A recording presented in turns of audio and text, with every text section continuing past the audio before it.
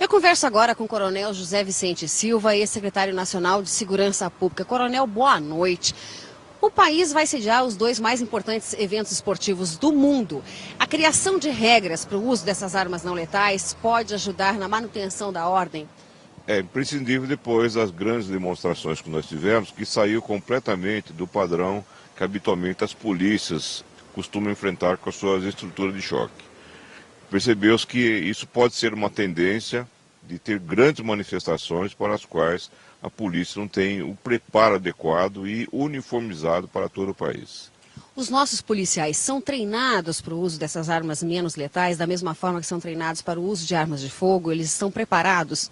O treinamento é muito heterogêneo. Em São Paulo, um soldado se prepara com 700 tiros, da maioria dos estados com 50 tiros, de balas verdadeiras.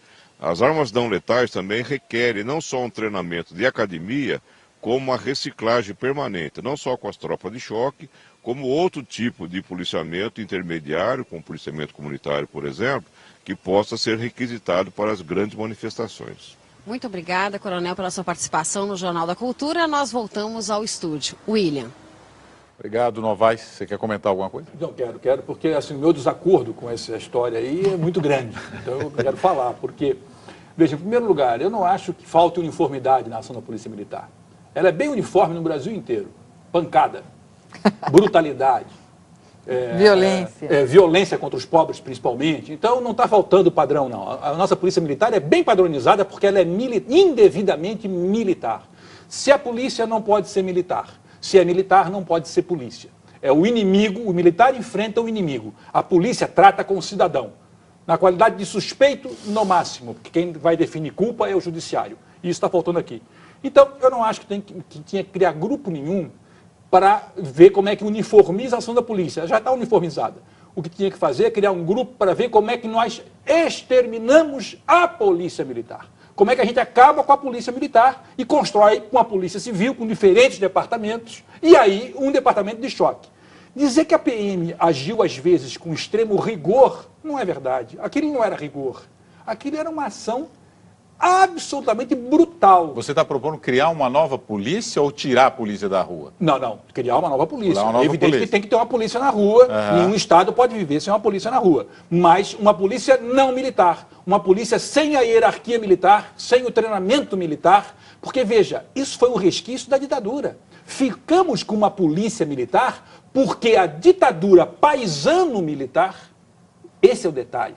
Nós tivemos uma ditadura paisano-militar. Os paisanos de estimação dos militares legitimaram a ditadura. Essa PM, paisano-militar, criou a PM, Polícia Militar, que é absolutamente indevido. O cidadão não tem que ser enfrentado militarmente. Por quê? Porque o militar, quando ele enfrenta o inimigo, ele já entende que o outro está inteiramente despojado de direitos. Quando você entra lá, quando você recebe em seu território um soldado inimigo, não há nenhuma possibilidade de conciliação, não há nenhuma possibilidade de entendimento. Ô Novaes, já que você tocou nesse ponto, só perguntar uma coisa então. Essas manifestações que geraram agressões, que a gente percebeu aí nos últimos tempos, que não foram aquelas manifestações ordeiras, foram manifestações desordeiras nos últimos dias aí. Como é que faria no caso dessas manifestações sem polícia ali? Como é que a polícia faria para controlar isso, sem usar a força, se os caras estão usando a força? Eu fico com essa dúvida, porque ali, na verdade, a polícia ficou observando e eles usaram a força, né? Sim, essas coisas são absolutamente inevitáveis em situações democráticas. Em situações democráticas, o comportamento, né, mais aguerrido de certos indivíduos está previsto. E tem que ser coibido, evidentemente, mas não como nós tivemos com o uso dessas armas, não é? Que atingiram um monte de gente que não tinha nada a ver com o que estava sendo feito, e mais, pessoas que mesmo ao serem contidas, o foram com extrema brutalidade. Teve uma menina que nós mostramos aqui na TV Cultura, a menina sendo arrastada, e ela começou a dizer até inocentemente, tá doendo, porque os soldados a arrastavam pelo chão. Eu quero defender a polícia, hoje eu vou fazer o papel do advogado do diabo.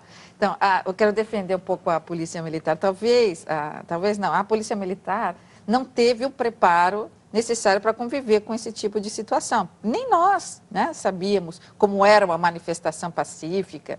No início a gente ficou chocado, depois nós queríamos participar, depois nós deixamos nossos filhos saírem, aplaudimos, participamos. Então, a polícia também não sabia. Então, no início ela saiu contendo com um pouco de força, como se fossem inimigos. Chamado a atenção, ela recuou, tanto que ela recuou e deixou a cidade mesmo nas mãos dos vândalos, que passaram a quebrar, destruir. Né?